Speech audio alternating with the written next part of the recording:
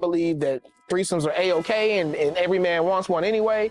And so I don't necessarily think that it's immoral to have two women. And let's be real. Women are just a better species to look at.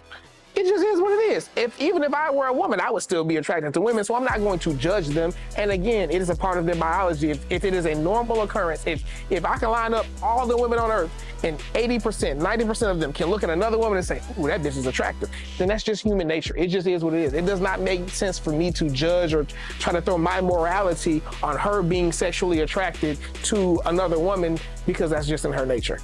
You know what I'm saying? So those are my thoughts on that clip.